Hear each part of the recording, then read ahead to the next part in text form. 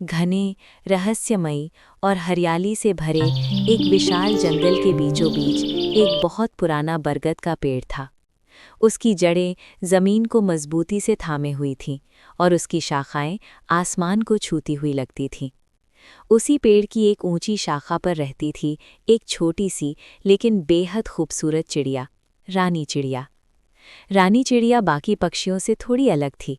उसके पंखों में सुनहरी चमक थी और नीले रंग की हल्की लहरें, जो सूरज की रोशनी में ऐसे चमकती थीं जैसे आसमान के छोटे छोटे टुकड़े उसके पंखों में बस गए हों।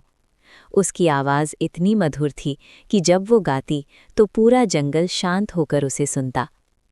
हर सुबह सूरज की पहली किरण के साथ रानी चिड़िया अपने घोंसले से बाहर निकलती और मधुर गीत गाती।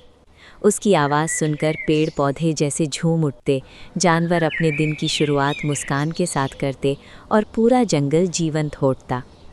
जंगल में हाथी, हिरन, बंदर, खरगोश और अनगिनत पक्षी रहते थे। सभी रानी चिड़िया को पसंद करते थे, लेकिन कुछ पक्षी उसकी तारीफ से जलते भी थे। वे कहते, बस गाना गाने से कोई रानी नहीं बन जाता।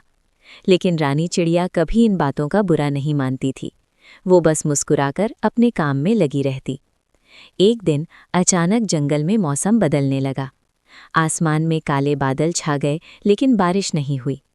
दिन बीतते गए, लेकिन पानी की एक बूंद भी नहीं गिरी। धीरे धीरे नदी सूखने लगी, तालाबों का पानी खत्म होने लगा और पेड़ पौधे मुरझाने लगे। जानवरों की हालत खराब होने लगी। हिरन प्यास से कमज़ोर हो गए, खरगोश बिलों से बाहर निकलने में डरने लगे और पक्षियों के गले सूख गए। हर तरफ चिंता और डर का माहौल था। एक दिन सभी जानवर जंगल के बीचों इकट्ठा हुए। हाथी ने भारी आवाज़ में कहा, अगर जल्द ही पानी नहीं मिला तो हमारा जंगल खत्म हो जाएगा।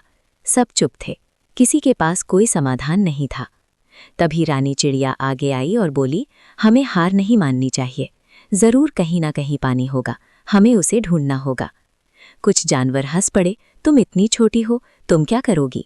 लेकिन रानी चिड़िया ने दृढ़ता से कहा, छोटा होना कमज़ोरी नहीं होता अगर इरादा मजबूत हो। ये कहकर वो उड़ पड़ी, जंगल के बाहर दूर पहाड़ों की ओर। रास्ता आसान नहीं था, तेज़ गर्मी, थकान और लंबा सफ़र, लेकिन रानी चिड़िया रुकी नहीं। कई घंटों की उड़ान के बाद आखिरकार उसे एक पहाड़ी के पीछे एक छोटा सा झरना दिखाई दिया। वहाँ ठंडा और साफ पानी बह रहा था। रानी चिड़िया की खुशी का ठिकाना नहीं रहा। उसने तुरंत अपनी छोटी सी चोंच में पानी भरा और वापस जंगल की ओर उड़ चली। जंगल पहुंचकर उसने पानी की कुछ बूंदें सूखी जमीन पर गिराईं। ये बहुत कम था, लेकिन एक शुरुआत थी।